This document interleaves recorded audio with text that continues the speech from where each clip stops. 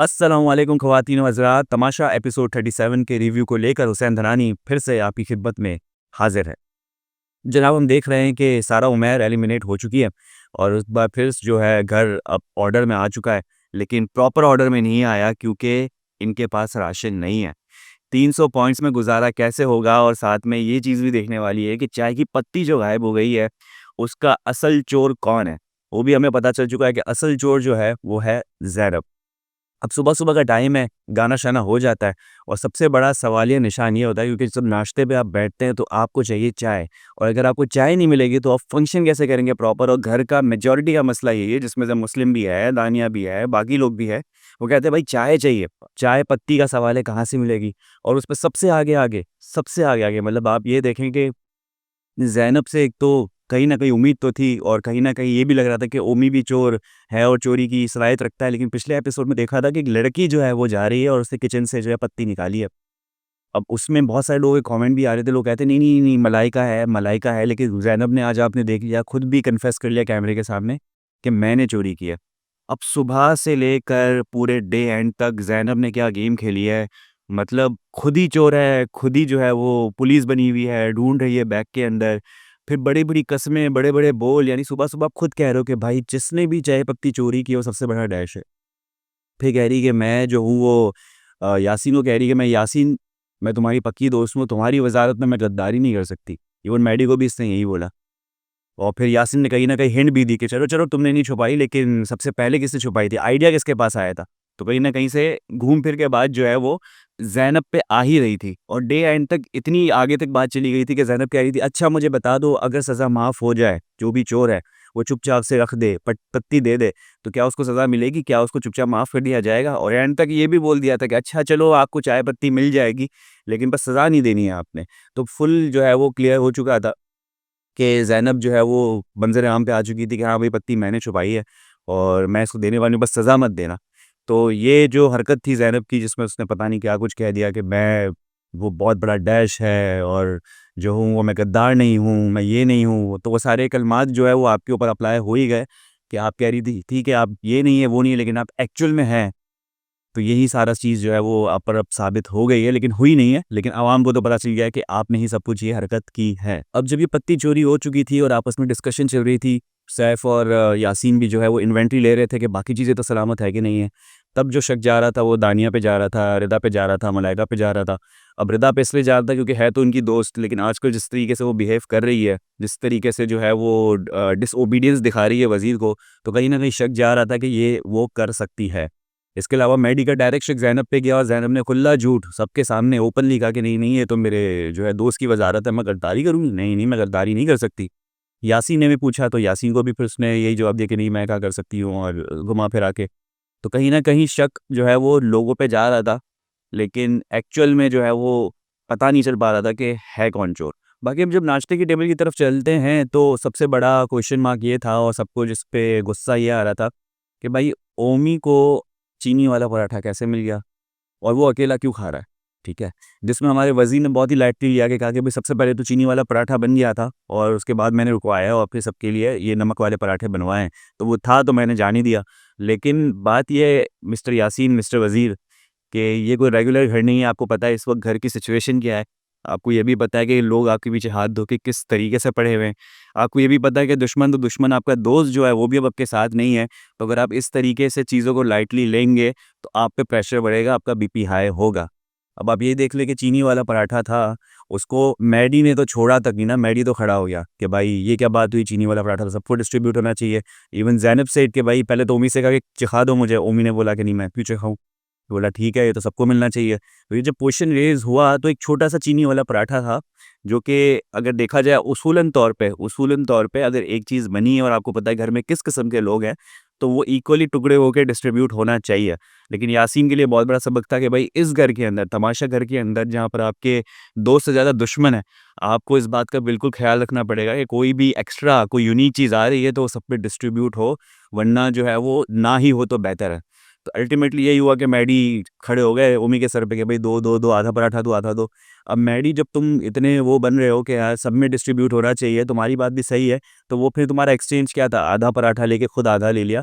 फिर तो तुमने भी सबसे पूछना चाहिए था कि भाई किसी और को खाना है कि नहीं खाना है, वरना मैं आधा एक्सचेंज कर लूँ। अपने रूल तुम भी बना रहे हो, इक्वालिटी की बात तुम भी कर रहे हो, लेकिन तुम फिर वही चीज़ कर रहे हो कि थोड़ा बहुत पराठा लिया, खुद उससे आधा उसका अपना दे दिया और बाद बैठ के जो है वो एन्जॉय किया। सिर्फ़ एन्जॉय ही नहीं किया, आपने रूल भी तोड़ा। जब सायरन बज गया था फिर भी आप जो है वो खाना खा रहे हो। तो ऐसी सिचुएशन पे डायरेक्ट लग रहा होता है कि भाई जानबूझ के जो है ना आपने किसी को चैन से जीने नहीं देना, और अगर दुश्मनी करनी है तो प्रॉपर दुश्मनी करनी है। ख़ैर आपका राइट है, आप तमाशा घर पे आए हुए हो और एज़ अ कंटेस्टेंट आए हुए हो, लेकिन खाने की टेबल पे इस किस्म की जब हरकतें हो रही होती है ना, तो ये पब्लिक को दिख रहा होता है और बहुत ज़्यादा बुरा लग रहा होता है। तो ख़ैर जब वो घर जाएँगे और एपिसोड देखेंगे तब उन्हें आइडिया होगा कि ये कितनी चीज़ें बुरी लग रही होती हैं। ना सिर्फ़ ये पराठे वाली चीज़ें, बल्कि जब वो ज़ैनब की प्लेट से चावल वापस लिए जा रहे थे, जो ले रहा था, जो दे रहा था, बाकी ऐसे बहुत सारे मोमेंट्स होते हैं जो खाने की टेबल में चल रहे होते हैं। हमें भी देख के बड़ा अजीब लग रहा होता है, और जब आप घर जाके देखेंगे आपको भी पता चलेगा कि भाई मैं किस चीज़ के लिए लड़ रहा था, ये क्या चीज़ क्या थी। अब हम चलते हैं कि उस छोटी बच्ची की तरफ जो बहुत ज़्यादा जो है वो शोर मचा रही है और एक ही रट लगाए बैठी है कि भाई मेरी वज़ारत जो कि 400 प्लस पॉइंट्स की थी, उस पे तो तुमने मेरा जीना हराम कर दिया, तुमने मेरे साथ क्या कुछ नहीं कर दिया, और यासीन को तो तुम कुछ नहीं कर रहे, और मैं देखती हूँ यासीन किस तरीके से चीज़ें चलाता है, मुझे प्रॉपर खाना नहीं मिला तो मैं ये कर दूँगी, वो कर दूँगी। उसको यासीन ने आज खुले अल्फाज़ों में भी समझा दिया कि बहन, ये जो वज़ारत है ₹300 वाली वज़ारत जो मैडी भी लगा रहा है, 300 की वज़ारत, 300 की वज़ारत, ये मैं अपने घर से नहीं लाया हूँ, ये मैंने खुद लिख के नहीं लाया हूँ, जो आप लिख कर लाए थे। ये मुझ पे डाली गई है वज़ारत। अब पॉइंट्स की भी बात करें, जो 300 पॉइंट्स हैं, उस पे सैफ ने बड़ा इसको अच्छा एक उसका एग्ज़ाम्पल दिया कि भाई इसने वज़ारत के लिए अगर खेला है, तो जो भी बॉल अगर लगे हैं, तो उसमें तो इसने कोई नेगेटिव दिया ही नहीं, यानी आपके एक्सिस्टिंग पॉइंट्स को माइनस तो करवाया ही नहीं है। इसने तो वज़ारत के लिए खेला है। इवन बादशाह ने भी बोला कि सबसे ज़्यादा बहादुरी तो यासीन ने दिखाई है। तो यासीन ने नुकसान नहीं पहुँचाया, चलो पॉइंट्स नहीं लाया लेकिन नुकसान भी नहीं पहुँचाया, और वो वज़ारत उस पे थोपी गई है। दूसरी तरफ आप सारा की देख लें वज़ारत, तो सबसे पहली बात तो आप सेल्फ़िश बनी। अब वो नहीं पता क्या कह रही कि भाई मैं तो बहुत ज़्यादा भोली हूँ, मुझे नहीं पता चला कि करना क्या है टास्क के अंदर, तो मैंने 400 समथिंग पॉइंट्स लिख दिए और मुझ पे वज़ारत आ गई। तो अगर आप यही रीज़न देंगे कि मैं भोली थी, मुझे नहीं पता था, तो भाई उस पे भी तो उसने जानबूझ के खुद ने वज़ारत अपनी नहीं लाया है, वो ग्रीडी थोड़ी था, उस पे तो डाली गई है। तो आप एक ऐसा मुद्दा बना रही हैं जो लग रहा है कि आपका दिमाग नहीं चल रहा, क्योंकि जब सैफ ने आपको रीज़निंग दी कि भाई ये वज़ारत जो है वो लिख के खुद नहीं लाया है, इस पे मुसल्लत की गई है, फिर आपका फिर टॉपिक चेंज हो जाता है। फिर आप एक नया टॉपिक ले आती हैं, वो टॉपिक क्या होता है कि आपकी वज़ारत में तो पत्ती भी चोरी हो गई। तो भाई आप एक पॉइंट पे रुक जाओ, आप थोड़ा दिमाग लड़ाओ, आप सोचो कि आप जो लड़ रहे हो वो बेफ़ालतू लड़ रहे हो, या शायद आप कैमरे के लिए लड़ रहे हो, उसका कोई भी बोलने का कोई भी आपको जो है ना फ़ायदा नहीं होने वाला। क्योंकि उस पे वो मसल्लत की गई है, वो खुद ही लाया है। तो उसके जितने भी इल्ज़ामात हैं वो बेबुनियाद होंगे यासीन के ऊपर और सैफ के ऊपर कि आप जो है वो जानबूझ के ऐसा कर रहे हो या आप बहुत सेफ प्ले कर रहे हो, और मुझे तो बड़ा ही सख्ती का सामना करना पड़ा था। उस पे वो एक और चीज़ भी गिनवा रही है सारा कि मेरी वजह से 100 पॉइंट्स भी मिले हैं। तो भाई आपके कोई एफर्ट्स नहीं थे, आपकी किस्मत अच्छी थी। तो ये जो 300 पॉइंट थे वो किस्मत के पॉइंट्स थे, और बाकियों की किस्मत उस वक़्त नहीं चली और आप लोगों की चल गई, तो आप वो पॉइंट्स ले आए। तो ऐसे टास्क में जो किस्मत पे बेस करता है, आप किसी पे इल्ज़ाम लगा ही नहीं सकते। एक और चीज़ भी जो है वो घर के अंदर बातें चल रही है कि यासीन जो वज़ारत चला रहा है वो उसकी वज़ारत नहीं है, वो एक्चुअली सैफ की वज़ारत है। जो सैफ कान में डाल रहा है यासीन के, वो as a puppet Yasin Saif के लिए काम कर रहा है। अब ये सारी चीज़ें सुन के जो है ना एक इवेंट भी याद आ जाता है, जिस पे सैफ जाके कहता है यासीन को कि भाई मेकअप रूम से लड़कियों को निकालो। बादशाह सलामत ने मना किया है कि भाई जब तक मेकअप हो रहा है तब तक तो ठीक है, जब मेकअप हो चुका है तब आप निकले हैं, बाहर बैठे, इतना अच्छा घर बनाया हुआ है। अब वो बारिश की वजह से वैसे ही बैठे हुए थे अंदर के, भाई सर्दी लग रही है और बारिश हो रही है, तो हम कहाँ बैठे, और बाहर तो रूम के अंदर तो लाउंज में तो सफाई हो रही है। तो बारिश भी रुक गई थी और फिर सैफ ने बोला कि जाके तू बोल उसको कि भाई निकलो बाहर। तो मैं जाके खुद बोलूँगा अगर, तो बोलेंगे कि भाई वज़ीर भी नहीं बोल रहा, क्योंकि अक्सर हमने घर पे देखा है कि वज़ीर के अलावा मुशीर अगर कोई जाके ऑर्डर देता है तो सब बोलते हैं कि बेटा वज़ीर बोलेगा तुम कौन हो? इज़्ज़त नहीं मिल रही होती, तो सैफ की बात सही थी कि भाई तू जाके बोल। तो ये सारा सीन देख के जो मुझे कहीं न कहीं लग रहा होता है कि ज़्यादातर जो है वो चीज़ें सैफ कान में डाल रहा होता है, लेकिन ऐसी चीज़ें तो कान में नहीं डाल रहा होता कि किसी को टारगेट करने वाली हो, कि भाई तू उसके साथ ऐसा कर दे, उसके साथ ऐसा कर दे, शरारत वाली नहीं है। वज़ारत अच्छी तरीके से चलाने की सारी सजेशन जो है मैंने देखा सैफ दे रहा होता है। लेकिन यही चीज़ देख के मुझे फ़िल्म याद आ गई थ्री इडियट, जिसमें वो स्पीच चल रही होती है और वो बड़ा अच्छा डायलॉग था। बोल वो रहे हैं लेकिन शब्द हमारे हैं, तो इसी केस में जो है वो बोल यासीन रहा है लेकिन शब्द जो हैं वो सैफ के हैं। एक चीज़ ये भी हमने नोट की कि यासीन ने सबसे ज़्यादा अलायंसेस जो बनाई वो लड़कियों के साथ बनाई, और वही सारी जो है वो उनके गले पड़ गई है। आज वही इवेंट हमें देखने को मिला, किसी ने कहा भी ये डायलॉग, तो मैंने भी रियलाइज़ किया कि हाँ यार बात तो सही है, जिस जिससे दोस्तियाँ बनाई है उसने टास्क में आपकी वज़ारत में सबसे ज़्यादा आपको ही तंग किया है। लड़के इतने आपको तंग नहीं कर रहे हैं, मैडी या मुस्लिम भी मैं नहीं कहूँगा इतना तंग कर रहा है, वो बस उसको एक चीज़ है कि भाई मुझे चाय मिल जाए, बाकी वो जानबूझ के कुछ नहीं कर रहा जितना मैडी करता हुआ नज़र आ रहा है। अहमर कुछ नहीं कर रहा, सैफ तो आपके साथ ही है। तो ये लड़के कुछ भी नहीं कर रहे आपको, लेकिन लड़कियां जितना आपके ऊपर हावी हो गई हैं, सारा नीलम आपके पीछे हाथ धो के पड़ गई है, दानिया पड़ गई है, रिदा तो डिसोबीडियंस कर रही है, और कंवल ही सिर्फ है जो दोनों को सपोर्ट कर रही है इस वक्त। तो और ज़ैनब आपके साथ है भी, लेकिन आपको इस तरह से शो करवा रही है कि बहुत अच्छी दोस्त है और आपकी वजारत को वो कामयाब बनाएगी, लेकिन पीछे ही पीछे वो ही सारी चीज़ें चोरी कर रही है और वो ही आग लगा भी रही है। तो ये लड़कियां यहाँ पे गले पड़ गई है, जितनी दोस्ती आपने लड़कियों से की थी अब आप देख लेंगे आपके साथ अब क्या हो रहा है यासी। जनाब बात करते हैं हम रिदा की। रिदा जो है वो काफ़ी दिनों से डिफरेंट नज़र आ रही है, और उसकी दोस्तियां जो है अब चेंज हो गई है, ग्रुप उसका चेंज हो चुका है, और वो डायरेक्ट जो है वो हमारे वज़ीर यासीन से पंगे ले रही है। ये भी नहीं सोचा कि उनकी दोस्ती है यासीन के साथ, और फिर जो है वो हर जगह जाके गला और शिकवा कर रही है कि भाई ये कैसी दोस्ती है, और ये मुझ पे चढ़ रहा है, और ये मुझे जो है वो ज़रा भी एक तमीज़ से नहीं बात कर रहा। ये चीज़ अगर आप शुरू में देखें तो कोई भी टास्क है, घर का काम है, तो यासीन ने सबसे पहले तो बहुत ही नॉर्मली ही आपसे कहा है कि भाई ये है, ये कर दो। बहुत ही समझा-बुझा के जो तमीज़ से बात होती है, नॉर्मल टोन में होती है, वो आपसे की। लेकिन आपको पता नहीं क्या था कि वो आपको टोन समझ में नहीं आ रही थी। आप फिर रेजिस्टेंस पे आ गई, आप डिसोबीडियंस का कि नहीं मैं नहीं करूँगी, ये क्या बात हुई, मुझे जेल में डाल दो। जब ये चीज़ आप बोलते हो तो ज़ाहिर-सी बात है वज़ीर की टोन थोड़ी हाई होना शुरू हुई, उसकी हाई हुई, फिर आपकी हाई हुई, और फिर जब आपको धमकियाँ दी गई कि नहीं आपने करना है, आपको जेल में डाला जाएगा, ये कर दिया जाएगा, फिर आपने जा के हर जगह पे काम करते हुए बोला कि भाई ये क्या बात हुई, तमीज़ से बात नहीं कर सकता, ये क्या ऑर्डर चला रहा है। मुस्लिम की वज़ारत तो सबको अच्छी लगने लग गई। मुस्लिम की वज़ारत में तो डायरेक्ट आपको जेल होती थी, आपके साथ कोई भी लिहाज़ नहीं होता था, डायरेक्ट ऑर्डर हुक्म होता था। अब यासीन आपसे समझा-बुझा के बात कर रहा है, लेकिन नहीं, आपने तो उसका बखेड़ा खड़ा करना है। तो रिकॉर्डिंग अगर आप देखें, अगर आप एपिसोड देखें, तो हर जगह पे यासीन ने किसी से पहले ऊपर आके बात नहीं की, चौड़ा नहीं बना यासीन। यासीन ने सबसे पहले तमीज़ से और अच्छे टोन में, एक नॉर्मल टोन में, अच्छा ना भी कहे तो नॉर्मल टोन पे, एक स्टैंडर्डाइज़्ड टोन पे आपसे बात की, आपको टास्क आया और जो-जो उसको रेज़िस्ट करता गया है, तो भी ऐसा नहीं कि गुस्से में आ गया, आपने एकदम ही टेम्पर लूज़ कर दिया और चीखना-चिल्लाने लग गया। उसने फिर अल्टीमेटली कहा, "भई मेरे पास एक ही चीज़ है हल, वो है जेल। मैं फिर आपको जेल में डालूँगा।" बाकी वज़ीर और मुशीर पे जो है वो एक सबकी कंप्लेन ये है कि भाई आपने ख़्याल क्यों नहीं रखा जब पत्ती चोरी हो रही थी, आप कहाँ थे? ये तो आपको देखना चाहिए था। अब ये मुझे बड़ा इंटरेस्टिंग लगा, इनकी जो वज़ारत चल रही है इस वक़्त, ये चीज़ों को जो है वो सर पे नहीं चढ़ा रहे, ठीक है ना? कि उनको ये डर नहीं है कि भाई अगर घर पे चोरी हो रही है और मैं इसको नहीं सँभाल पाया, रोक नहीं पाया, तो मेरी वज़ारत चल जाएगी तो क्या होगा? क्योंकि ये ऐसी वज़ारत है जो यासीन पे थोपी गई है, ना कि वज़ारत जो है वो यासीन ने दिल से माँगी थी बादशाह सलामत से। तो यासीन और जो सैफ है वो भी बड़े चिल चल रहे हैं। उन्होंने कहा है भाई सबसे पहली बात तो हम चौकीदार नहीं, चौकीदार आप करते थे, हम चौकीदारी नहीं करेंगे। सबसे पहला तो ये तमाचा मार दिया कि भाई चौकीदारी तो हमसे भूल जाओ। दूसरी चीज़ ये बोली कि ऐसा नहीं कि हम बैठे रहेंगे, हम जो है वो चीज़ें ढूँढेंगे जहाँ तक हमसे हो सकता है। लेकिन उसको सर पे सवार नहीं करेंगे, अरे, अरे, अरे चीज़ें हो गई, ये कर देंगे, वो कर देंगे। तो बहुत ही चिल चल रहे हैं, और सामने वाली पार्टी को ये चीज़ हज़म नहीं हो रही कि भाई इतना चिल कैसे चल रहा है। तो फिर जब इतने चिल चल रहे हैं, मे बी शायद इनकी स्ट्रैटेजी है, इनको भी मतलब कंसर्न तो होगा कि पत्ती गायब है और सबके लिए चीज़ें वो कर रहे हैं, लेकिन वो दिखाना नहीं चाह रहे सामने वाली टीम को कि हम प्रेशर में हैं, क्योंकि जितना आप प्रेशर दिखाओगे सामने वाली टीम और आप पे हावी होगी। तो सामने वाली टीम तो परेशान हो रही है कि भाई ये तो बड़े चिल चल रहे हैं, इनको तो फ़र्क ही नहीं पड़ता कि हमें चाय मिले या ना मिले, तो वो और गुस्से में आ रहे हैं और वो और डिसोबीडियंस दिखाने की कोशिश कर रहे हैं। तो मुस्लिम कह रहा है मैं आपका जीना हराम कर दूँगा अगर मुझे चाय नहीं मिली, सैफ कह रहा है कर लो भाई, हमें क्या, कर लो, फिर हम भी कर लेंगे जो हमें करना है। तो इतनी चिल वज़ारत जो है ना वो, और मुशीर का जो रवैया है ना वो देखने वाला है, और काफ़ी हम एन्जॉय कर रहे हैं कि भाई सामने वाली पार्टी को हावी होने दिया ही नहीं जा रहा। बाकी अब ये है कि क्योंकि 300 पॉइंट्स की वज़ारत है, 300 पॉइंट का राशन है, उस पे लोग अलग-अलग अपने जो है वो रीज़न्स या मतलब एडवाइस आ रहे हैं ना। मैडी एक तो आप डिसोबीडियंस कर रहे हो, अलार्म बज रहा है उसके बाद भी आप पराठे खा रहे हो, आपको जेल का कहते हैं तो आप जो है वो कहते हो हाँ भेज के दिखा दो, करके दिखा दो, हाँ जेल भेज दो। तो जब आप डिसोबीडियंस पे आए फिर आके आप एडवाइस भी दे रहे हो कि भाई इसकी जगह जो है ना आप अंडे मंगवा लेते तो कितना अच्छा होता। ज़ाहिर-सी बात है, अभी एक बॉडी बिल्डर बंदा है, उसको प्रोटीन की ज़रूरत है, तो वो अपनी एडवाइस दे रहा है, लेकिन मैडी अभी भी जो है ना दिमाग तो कच्चा है, जो कि सामने से रीज़न भी अच्छी मिली कि भाई ये आटे मंगवाए हैं तो पराठे आपको तीनों टाइम मिल रहे हैं। अंडे मंगवा लिए होते तो पॉइंट्स नहीं होते, तो आपको सिर्फ 2 टाइम मिल रहा होता। तो वो चीज़ मैडी को फिर मेरे ख़्याल से वो शांत और जब चुप हुआ है तो समझ में आई कि हाँ यार इस तरीके से चीज़ें वर्क करती है। तो मैडी अभी भी थोड़ा-सा दिमाग का कच्चा है। वो जो चीज़ें हैं वो सही से प्रोसेस नहीं कर सकता, फ्यूचर का इतना एक स्ट्रैटेजी नहीं बना सकता। वो बस एक सीधी लकीर में चलता जा रहा है, उसको जो समझ में आता है वो कर रहा है। अब आप ये देख लें कि उसी के हवाले से दानिया भी बात करी थी कि मैडी जो है वो अपना ओपिनियन नहीं रखता और फ़ौरन से जो है वो गिले-शिकवे माफ़ करवा देता है और चीज़ें भूल जाता है, जबकि उसको अपना एक ओपिनियन ओपिनियन रखना चाहिए।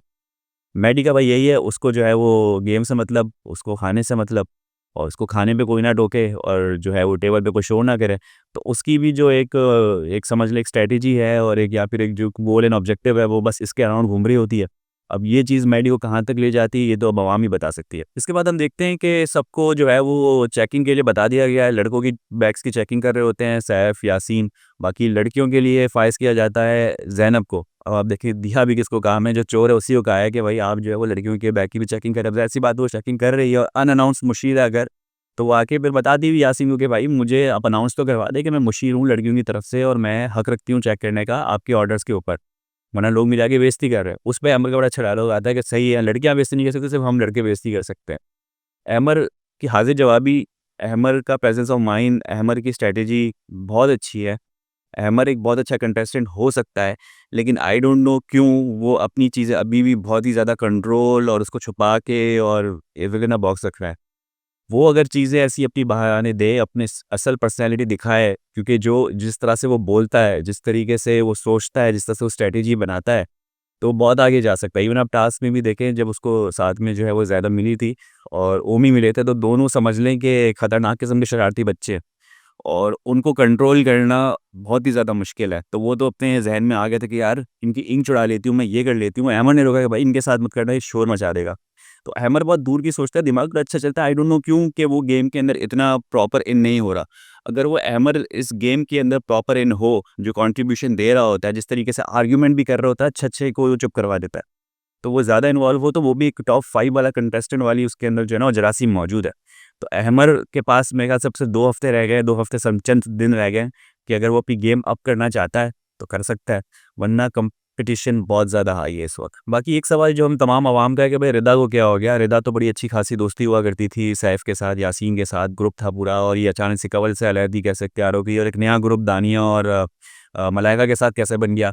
तो ये उड़ती-उड़ती खबर एक ये भी आई कि सारा और कंवल बात कर रही थी कि ये जो मलाइका है और दानिया है, रिदा को घंटों-घंटों बिठा के जो है उसका ब्रेन वॉश कर रही होती है। लेकिन आज के दिन की बात से मुझे लगता है कि रिदा को रियलाइज़ तो हो गया होगा कि आपके जो ओरिजिनल दोस्त हैं, जो पहले-पहले दोस्त थे, वो ही आपका साथ निभाएँगे। टास्क भी हमने देख लिया कि आज आपके साथ क्या हुआ है। तो कहीं न कहीं आपको याद तो आ रही होगी कि जो मेरी अलायंसेज़ पहले दोस्तों के साथ थी, जो आपकी जो ग्रुप था, कंवल के साथ आपका ग्रुप था, सारा के साथ आपका ग्रुप था, सैफ और यासीन के साथ। तो वो सच्ची दोस्ती आपकी वहाँ निभाई जा रही थी, लेकिन जब से आपने अलहदगी की है और नए दोस्त बनाए हैं, तो उन्होंने भी आपको बैकस्टेप कर ही दिया है। तो वो आपके आज के टास्क से आपको अंदाज़ा हो गया होगा। तो कहीं न कहीं जो इल्ज़ाम आ रहा है रिदा के इस चेंज ऑफ नेचर पे वो आ रहा है ब्रेन वॉश जिसने किया है दानिया और मलाइका ने। लेकिन कहीं न कहीं मुझे लगता है रिदा इतनी छोटी बच्ची नहीं है कि वो इसके ब्रेन वॉश होने से हाँ, कहीं न कहीं एक एलिमेंट है, एक असर होगा। लेकिन मुझे लगता है कि रिदा ने खुद ने ये एक डिसीज़न लिया था अपने ओन से।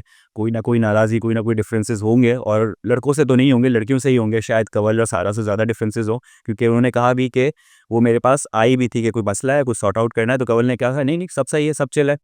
तो कहीं न कहीं लड़कियों से मसला अलहदगी तैयार की थी, वो कम्युनिकेशन गैप था जो कि सॉल्व नहीं हो पाया जिसकी वजह से वो अब दूसरे ग्रुप में गई और दूसरे ग्रुप में भी उनको असलियत पता चल गई कि भाई आप यहाँ पे टिक नहीं सकती। तो इन सब चीज़ों के बाद मैं एक्सपेक्ट ये कर रहा हूँ और जो टास्क भी गुज़रा कि अब शायद रिदा वापस आएगी, अपने ग्रुप में बैठेगी और फिर जो है वो एक समझ लें पैचअप का सेशन होगा और शायद फिर से वो सैफ, यासीन, कंवल और सारा के साथ दिखना शुरू हो जाए। मुझे ऐसा लगता है। लेकिन आगे-आगे एपिसोड चलेंगे तो हमें पता चलेगा कि किस तरीके से रिदा की जर्नी जा रही है क्योंकि आजकल जो भी वो हरकत कर रही है, कमेंट सेक्शन में भी मैं देख रहा होता हूँ, लोग रिदा को पसंद नहीं कर रहे कि जो-जो वो चीज़ें कर रही है, बहुत नेगेटिव जा रही है। तो अब उसे पॉज़िटिव होने की ज़रूरत है, खिलखिलाती हुई, हँसती हुई, मस्ती-मज़ाक करती हुई अच्छी लगती है। ये जो डाँटना, गुस्सा, रिबेलियस होना, वो अच्छा नहीं लग रहा पे रिदा। बाकी फिर से अमर की बात करते हैं, अमर का बड़ा अच्छा एनालिसिस था। अमर का मैंने पहले ही कहा है कि उसका जो अंदाज़े बयाँ है, जो वो सोचता है, जो कैलकुलेटेड बातें करता है, जो स्ट्रैटेजीज़ होती है, काफ़ी अच्छी है।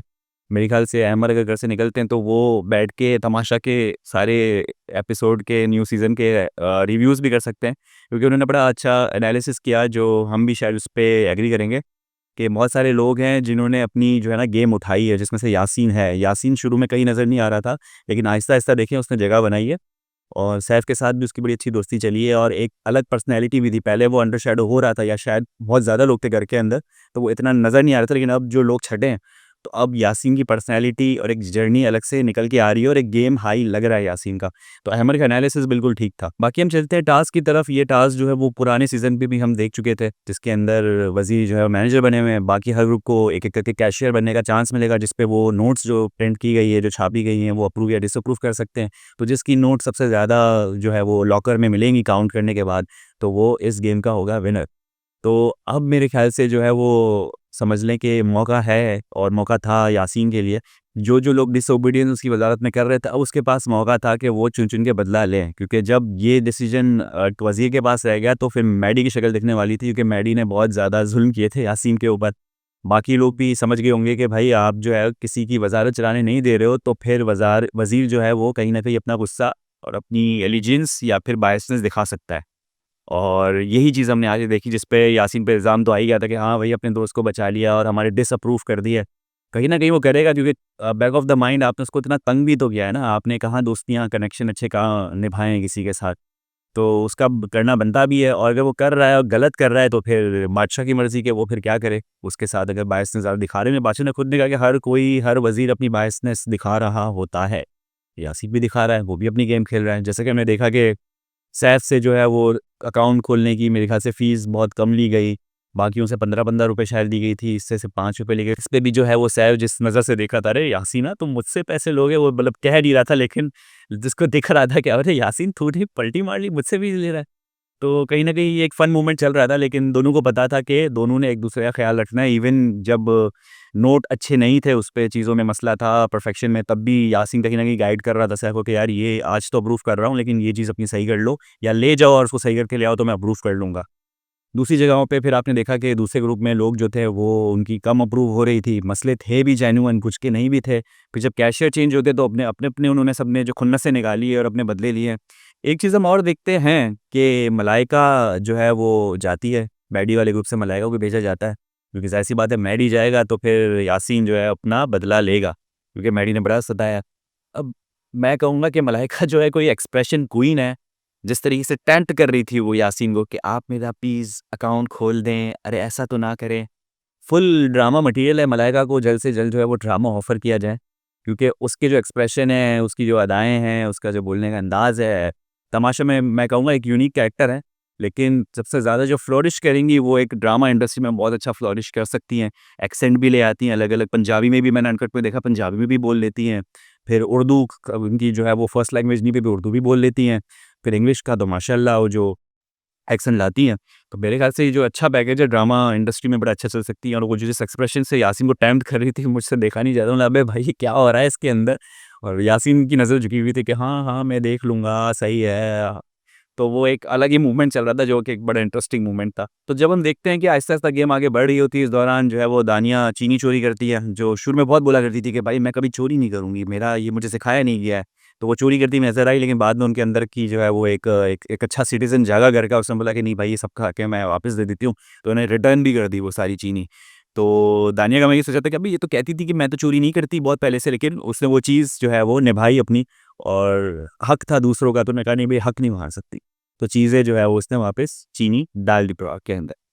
उसके साथ-साथ टास्क की अगर बात करें तो जब टास्क आपके हक में नहीं जा रहा होता, फिर शुरू हो जाते हैं मसले। फिर जो है वो ये सोचा जाता है कि मैं चोरी कर लूँ, मैं इंक छुपा दूँ, मैं स्टैम्प हटा दूँ। यही चीज़ हमने देखी जो दानिया मुस्लिम और रदा के केस में थी, कि वो लोग जो है उनके अंदर ही ग्रुप में फूट पड़ गई, क्योंकि मुस्लिम ने देख लिया कि उसके अप्रूव नहीं हो रहा है, तो उसने वही वाली स्ट्रैटेजी की जो कि यासीन और सैफ ने की थी, कि अपने खिलौने आपस में एक-दूसरे को दे दिए और फिर यासीन जीत गया। तो मुस्लिम ने भी ये सोचा कि भाई मैं अपने दोस्त यानी मैडी को ही जिता दूँ, कि मेरा तो जीतना बनता नज़र नहीं आ रहा, तो उसने अकेले ने डिसीजन लिया। कहीं न कहीं दानिया को पता था और दानिया भी सपोर्ट कर रही थी, लेकिन रिदा जो थी वो दूसरे ग्रुप की बंदी जो थी वो यहाँ एडजस्ट होने की कोशिश कर रही थी, इनके साथ नई दोस्ती बनाने की कोशिश कर रही थी। लेकिन रिदा को क्या पता कि अभी भी दोस्तियाँ चल रही है। तो रिदा, अगर आप इस ग्रुप में आए हो और आपको पता है कि इनकी दोस्तियाँ किसके साथ है, तो ये एक्सपेक्ट करना कि भाई ये सब इंडिविजुअल अपना खेलेंगे, तो ऐसा बिल्कुल भी नहीं है। वो अपनी दोस्ती निभाएँगे। वो दोस्ती निभा रहे थे और आपको बुरा लग गया।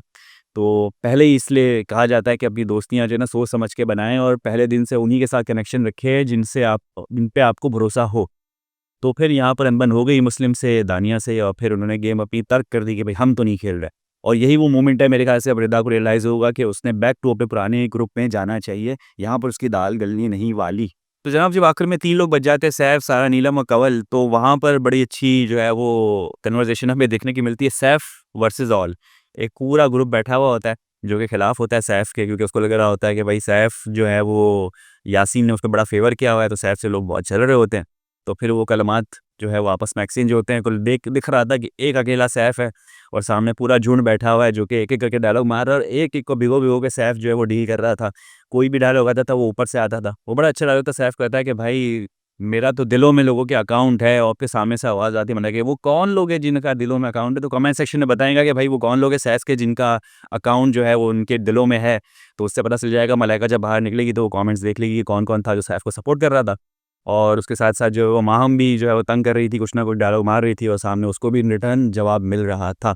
तो अल्टीमेटली हम ये देखते हैं कि भाई सैफ जो है वो विनर करार पा जाता है और वो इस टास्क में सेफ हो जाता है और पूरे हफ्ते के लिए वो अब सेफ है। बाकी थोड़ी-सी डिफरेंट चीज़ हमने ये देखी कि ओमी का हमने आज एक अलग रूप देखा, जो इतना वो चीख रहा था, चिल्ला रहा था, मेरे ख़्याल से बहुत ज़्यादा दिल पे लग गई उसको। और यासीन से वो जो है वो झगड़ा करने लग गया और यासीन का फिर एक रीज़न था कि भाई मैं तो कैशियर हूँ और जो अप्रूव चीज़ मेरे पास आएगी वो मेरा काम है काउंट करना। 2 लोग तुम्हारा अप्रूव कर रहे थे और एक अगर रिजेक्ट कर रहा है, तो उसमें मैं क्या कर सकता हूँ? तो ओमी का ये रूप जो है वो पहले कभी देखा नहीं गया था, बहुत ज़्यादा गुस्से में था। सेम गोज़ फॉर दानिया। दानिया भी जो है वो कहीं न कहीं यासीन को कॉल आउट कर रही थी, छेड़ रही थी, इवन गेम खत्म हो गई उसके बाद भी आवाज़ लगा रही थी यासीन, यासीन। तो यासीन ने बोल दिया, अब पापा आएँगे तो पता चलेगा, और वो बात वो सुन गई। बड़ी दूर से सुनी है, मेरे ख्याल से शायद आवाज़ चली गई या लिप रीड कर लिया, लेकिन दानिया के कान बड़े तेज़ हैं, तो वो आ गई लड़ने के लिए। और फिर उसको भी बहुत अच्छी तरीके से यासीन ने डील किया। वो चाहता तो उसी वक़्त फ्यूरियस हो सकता था, हाँ, मैं हूँ तुम्हारा पापा, बोलो क्या लड़ लोगी। लेकिन उसने बोला नहीं, मेरे पापा की बात हो रही है। तो वो बहुत फ़नी मूवमेंट में था, लाइटर मूवमेंट पे यासीन लेकर गया और उसके पास, दानिया के पास कुछ आगे लड़ने के लिए था नहीं, वो थोड़ी देर के लिए चुप हो गई, मैं क्या बोलूँ? फिर उसने पापा का पापे बनाए गए, पापे बना के तो मैं खा लूँगी, बोला खा लो। तो जो जिस तरह से यासीन डील करता है और जो बड़ी लड़ाई होते-होते वो उसको एकदम छोटा कर देता है और कहता है हाँ, कर लो। तो वो चीज़ें जो है वो यासीन की काफ़ी अच्छी लगती है डील करने के लिए, और यासीन बड़ा चिल वज़ीर बन के घूम रहा है, क्योंकि उसे पता है कि ये वज़ारत जो है वो उसको दिल से नहीं मिली है, उस पे थोपी गई है। तो बाकी हम एंड में ये देखते हैं कि चाय पत्ती जो है वो अब तक लापता है, और अब ज़ैनब देखते हैं कब तक ये पत्ती लौटाती है, क्योंकि घरवालों की हालत ख़राब हो चुकी है। दूसरा जो है वो दानिया ने चीनी चोरी की, लेकिन उसी वक़्त दिल में उसको आया कि नहीं यार, सबका हक है, उसे रिटर्न कर दी। मलाइका के अंदर का भी चोट जागा, उसने मैडी के लिए दूध चुराया, मैडी ने बड़े मज़े से दूध पिया। मलाइका और मैडी का क्या सीन है भाई, ये कमेंट सेक्शन में आप किस किस्म की बातें कर रहे होते हैं कि शादीशुदा हैं और वो दोनों बैठे होते हैं, कुछ लोग कह रहे हैं भाई-बहन हैं, कुछ लोग कह रहे हैं कि नहीं बड़ी बहुत अच्छी दोस्ती है। तो ये कोई बहुत अच्छी दोस्ती हो गई है, क्या हो गया? वो भी कमेंट सेक्शन में बताएँ। बाकी हम चलते हैं ट्रेलर की तरफ। ट्रेलर में एक बार फिर जो है वो ही जो पुरानी जो एक चिंगारी लगी हुई थी, वो आग में तब्दील होती हुई हमें नज़र आ जाती, और वो हम ये देखते हैं कि मुस्लिम और दानिया अगेन, और साथ में मैडी भी कहीं न कहीं यासीन को टफ़ टाइम देने में लगे हुए हैं, और यासीन के पास एक ही जवाब है कि भई मैं जेल में डाल दूँगा, मैं ये कर दूँगा। और ये चीज़ें देखते हुए बादशाह कोई नई चीज़ लाएँ जो कि मुझे बहुत इंटरेस्टिंग लग रही है, कि बादशाह ने कहा कि अब कोई भी सेफ़ नहीं होगा, कोई इस तरह से टास्क-वास्क नहीं करेंगे हम। अब मैं सज़ाएँ दूँगा और सज़ाएँ दिखने वाली होगी। अब सज़ाएँ भी अब देखते हैं किस किस्म की होती है, क्योंकि जिस तरीके से वो चीज़ें फैलाई जा रही है, कचरा फेंका जा रहा है, बिस्तर गिराए जा रहे हैं, तो वो अब थोड़ा-सा गेम में है ट्विस्ट। तो ये देखने वाला होगा, और अभी इतने सारे लोग रह गए हैं और 2 हफ्ते रह गए, तो देखते हैं कि 2-2 की एलिमिनेशन होती है या 3-3 की होती है, किस तरीके से टॉप 5 तक का ये सफ़र आगे बढ़ता है। तो गेम आहिस्ता-आहिस्ता पेस पकड़ रहा है और इंटरेस्टिंग होता जा रहा है। तो फ़ातिल हज़रात, ये था हमारा आज का रिव्यू। उम्मीद करते हैं आपको पसंद आया होगा। यूट्यूब चैनल लाइक करें, सब्सक्राइब करें, कमेंट करना बहुत ज़्यादा ख्याल रखें। कोई चीज़ मिस हो गई हो तो कमेंट सेक्शन में हम डिस्कस कर सकते हैं, और कोई अगर मिस्टेक हो गई होगी तो वो भी आप हमें आइडेंटिफ़ाई कर सकते हैं, तो उसके लिए पहले से ही माज़रत। तो ख़वातीन हज़रात, अपना बहुत ज़्यादा ख्याल रखिएगा। अल्लाह हाफ़िज़।